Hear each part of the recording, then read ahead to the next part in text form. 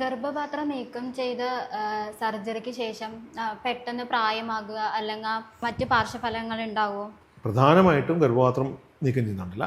ഗർഭപാത്രം നീക്കം ചെയ്യുന്നതിൻ്റെ ഒപ്പം അണ്ഡാശയങ്ങൾ നീക്കം ചെയ്യുമ്പോഴാണ്.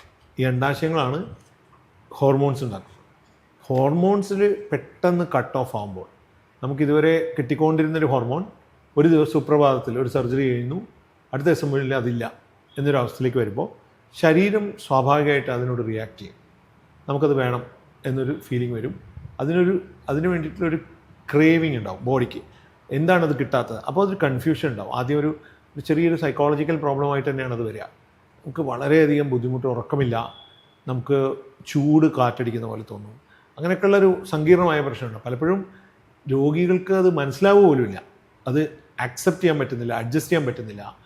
അതേസമയം അതിന് വേറൊരു അവസ്ഥയും കൂടെയുണ്ട്.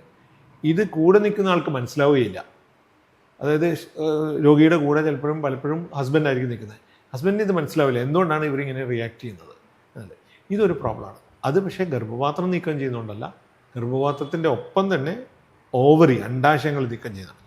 മിക്കവാറും കേസുകളിൽ യങ് പേഷ്യൻസിൽ വളരെ അപൂർവമായിട്ടേ നമ്മളിപ്പോൾ ഓവറീസ് റിമൂവ് ചെയ്യാറുള്ളൂ. ഓക്കെ, അതുകൊണ്ട് തന്നെ ഈ പ്രോബ്ലം ഉണ്ടാവാറില്ല. ഓക്കെ.